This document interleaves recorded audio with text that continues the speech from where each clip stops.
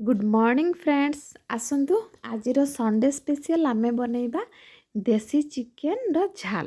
तो सेटा बनैबा मु नै जाइए मसला मसला नहीं मु 3टा रसुण 2टा पियाज खंडे अदा आ गोटे टमाटो ताको भल भाव में मु मिक्सी रे पेसी नहीं जाइए।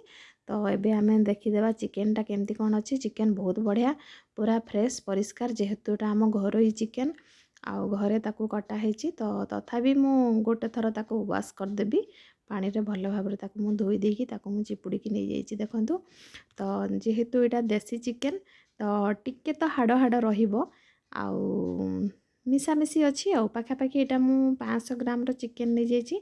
ताकू टिके मैरिनेट पई मु नहीं जाइए लूण हाफ चामच आउ हळदी गुंड हाफ चामच ये दुईटा को मिसेकी भल भाव में ताकू मु मिक्स करनेबी। या भल भाव में मिक्स करिकी पाखापाखि 5 ରୁ 10 मिनट पई मु ताकू रेस्ट रे छाड़ीदेवी। तो फाइनाली मिक्स हो जाइए ताकू एबे घोड़े की आमे 5-10 मिनट रेस्ट रे रखीदेबा। तापर आमे एपटे कौन करबा ना ग्रेवी पई आमे रेडी करबा मसला।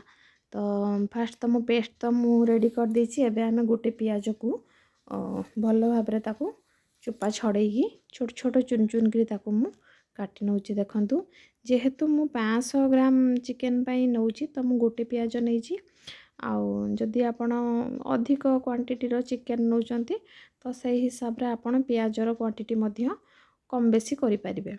आउ अधिक भी पियाज देबा द्वारा चिकेन रो तार जो ग्रेवीटा टिके मीठा मीठा लागिबो तेणु करी पियाज को सब बेले बैलेंस रे दउथिबे। जेहेतु मु तार मसला रे 2टा ऑलरेडी मु बाटी नहींची तेणु करी मु गोटे पियाज ही यूज करुची। तो पियाज तो काटाकुटी सरीगला एबे चलंतु आमे गैस ऑन करिबा। गैस ऑन करिकी कड़े गरम करिबा। कड़े गरम हैला परे सेथिरे मु नहींची सोरिष तेल कहीं ना जेकोसी नॉनवेज आइटम हो सोरिष तेल रे ही बनेले सोरिष तेल रो टेस्ट टिके अलग आसी थाए स्पेशली नॉनवेज आइटम रे। तेणु करी मु नहींची एठी सोरिष तेल नहींची आउ सेथिरे मु टिके चीनी नहींची गोटे पिंच टिके कैरामेल हे जिवो चीनीटा। तापरे खंडे डालचीनी आउ 2टा सुखिला लंका आउ गोटे तेजपत्र आउ जो काटी रखिथिबा पियाज याकू देकिना आमे भल भाव में भाजिबा। बेसी लाल करबानी नचेत पियाजटा आमर पिता पिता लागिबो। ताकू 60-70% ही आमे ताकू फ्राई करबा। तापर आमे जो बाटी रखिचंती जो मसला से मसला को ऐड करबा आउ मसला आउ तेल को भल भाव में गोड़ा गोड़ी कला परे आमे सेथिरे ऐड करबा आमर हळदी गुंड मु नहींची हाफ टी स्पून कहीं ना से जेते बड़ा आमे मैरिनेट कले सेते बड़ा मध्य मु हळदी गुंड यूज करथिली तेणु करी ग्रेवी रे मु अल्प हळदी गुंड यूज करूची। आउ टिके नहींची मु Kashmiri chilli powder. Kashmiri chilli पाउडरटा बेसी देबेनी नचेत एते कलरफुल हो जिवो। जेहेतु एठी मु 2टा सुखिला लंका देइची तो 2टा सारा सुखिला लंकार राग टिके अधिक अछि तेणु कि मु हल्का पकेइची काश्मीरी चिली पाउडर। ता सहित मु नहींची गुलकी पाउडर हाफ टी स्पून आउ लूण हाफ टी स्पून। लूणर बैलेंस आपण भाग माप देखिकी नौथिबे कहीं ना जेते बड़े मैरिनेट कले सेथिरे भी लूण ऐड हेइची प्लस एठी भी आमे लूण देइचे। तो तेणु करी लूणटा को टिके मैनेज करके नेबे नचेत तरकारी लुणिया भी हे जिवो। आउ वर्तमान भल भाव में मसलाटा को मिक्स करके आमे भाजी नेबा 4 ରୁ 5 मिनिट मीडियम आंच रे आमे मसला को कषिबा। भल से मसला भाजी हैला परे जेते बड़े मसला रु तेल ऑटोमेटिक आमर छाड़ी छाड़ी जीवो पानी अंश पूरा ड्राई हे जिवो आ तार कलर स्ट्रक्चर सब चेंज हे जिवो बढ़िया देखा जिवो से सेते बड़े ही आमे चिकेन टा को ऐड करबा। तो चिकेन को पकेला परे ताको भल भाव में चलेबा। जेते बड़े चलाउथिबे आपण तळु ही चिकेन को सब बड़े उठेकी चलेबे। जेहेतु चिकेनटा आमे जे पर्यंत कषाटा तार न हेइची से पर्यंत आमे टोटाली पानी यूज करबा नहीं। तेणु कि ताकू जेते बड़े भी चलेबे चारि साइड रो भल भाव में चलाउथिबे। आ गैस रो फ्लेम टा को आमे मीडियम रु लो टू मीडियम टू लो एई हिसाब रे ही ताकू आमे एडजस्ट करके चिकेन टा को बनेबा। कहीं ना जदि हाई करदेबा जेहेतु आमे एठी पानी यूज करना तो चिकेनटा तळु लागी जाई पारे। जेतेबेले चिकेनटा आमर 20 ରୁ 30% सिझी आसीबो सेतेबेले आमे आलू टिके ऐड करबा। एटा मु आमर देसी आलू घरर यूज करुची ଆଉ ଯେହେତୁ ଦେଶୀ ଚିକେନ୍କୁ ଦେଶୀ ଆଳୁ ଆଉ ଟିକେ ଟେଷ୍ଟି ଲାଗିବ ଆମ ବାଡ଼ି ଆଳୁ ମୁଁ ନେଇଛି ଛୋଟ ଛୋଟ ଆଳୁ 3ଟା ତାକୁ ଭଲସେ ଚୋପା ଛଡ଼େଇକି ଦି ପିସ୍ କରିକି ମୁଁ ନେଇଯାଇଛି। ଆଉ ମଝିରେ ମଝିରେ ତାକୁ ଟିକେ ଟିକେ ଆମେ ହାଲକା ହାଲକା ଚଲଉଥିବା।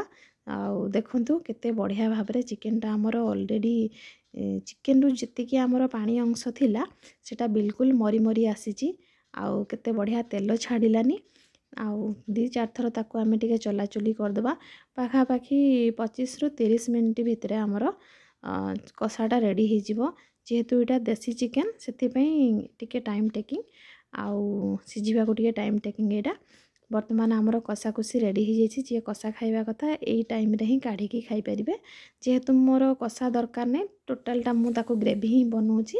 ତ ଏତିକି ଷ୍ଟାଣ୍ଡାର୍ଡ଼ରେ ହିଁ ଆମେ ତାକୁ ପାଣି ୟୁଜ୍ କରିବା। ପାଣି ଆପଣ ଗରମ ପାଣି ବି ଦେଇକିରି ତାକୁ ଝୋଳ ବନେଇ ପାରିବେ। ମୁଁ ଯେହେତୁ ଥଣ୍ଡା ପାଣି ଥିଲା ତ ମୁଁ ଥଣ୍ଡା ପାଣି ଆଡ଼୍ କରିଦେଇଛି।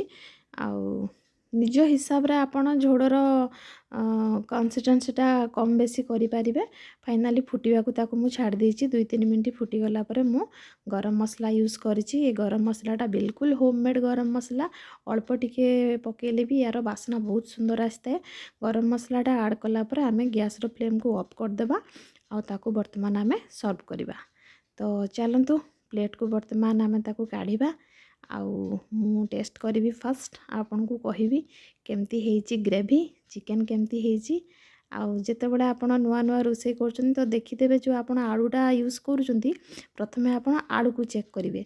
ଯଦି ଆଳୁଟା ଆପଣଙ୍କର ବିଲକୁଲ ବଢ଼ିଆ ଭାବରେ ସିଝି ଯାଇଛି ତ ପୁରା 100% ଆପଣ ସିଓର୍ ହେଇଯିବେ ଯେ ଚିକେନ୍ ବି ରେଡ଼ି ବିଲକୁଲ।